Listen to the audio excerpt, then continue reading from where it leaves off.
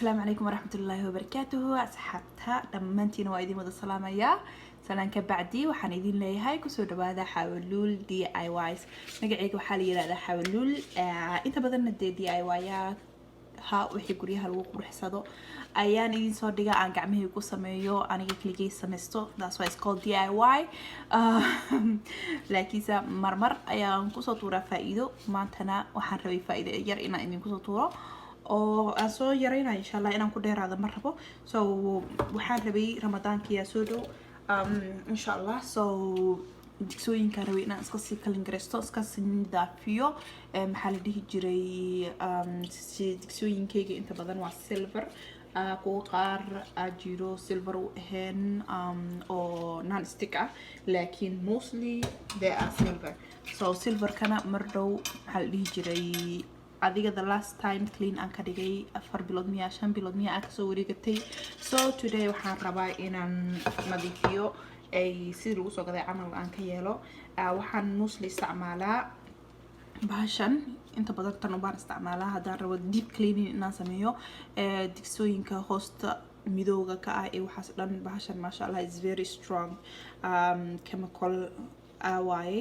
It's like baking soda camal waaye ba digsiyaalka loogu talagalay mostly silverka loogu talagalay. So tan ayaan isticmaalayaa tan ayaan aan ku dhaqayaa insha Allah. brushkan waa isticmaalayaa asagana maxaa la dhihi jiray silverka digsiyaalka uu fiican yahay.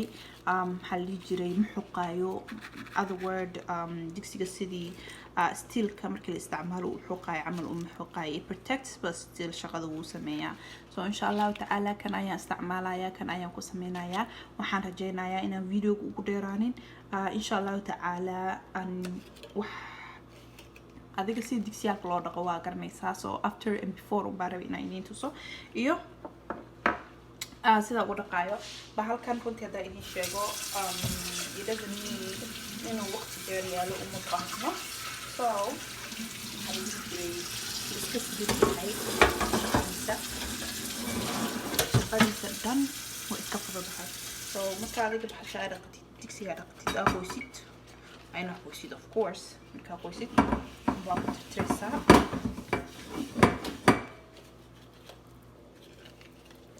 sidaan idin sheegay in lala sugay waxa u baahno.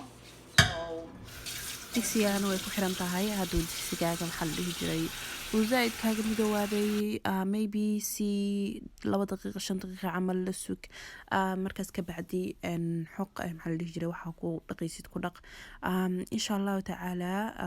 aniga ma sha Allah maxaa la dhihi jiray digsiyalka caadi markaan cuntada ku kariyo waan iska dhaqi jiray oo baan ku dhaqi jiray deep cleaning-ka sida idin sheegay every 4 month miyasa ayaan sameeyaa 3 to 4 month 5 month hadii ku gaaraan adiga digsiyada ay ku xirantahay sida u isticmaashid. hadda digsiyo fara badan aad isticmaashid digsiyada isla markii aqsamo midoowanayaan laakiin selective digsiya adiga kuugu filan oo ku qiyaasan leh hadda isticmaalaysid maybe more than that inaad sameysaa laga yaabaa every 2 month hal mar deep cleaning aad ku sameyso.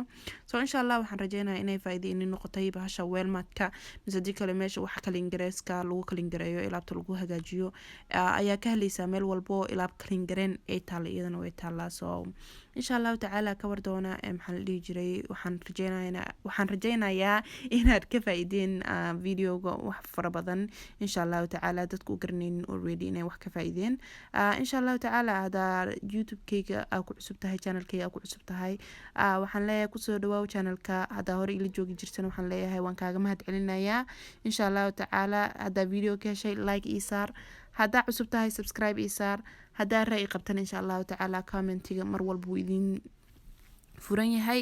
So insha Allah ta'ala khayri barwaqa idin rajaynayaa waa inuu next video insha Allah. Bye. Oh Allah the Almighty, Allahu Allah, protect me and guide me, Allah.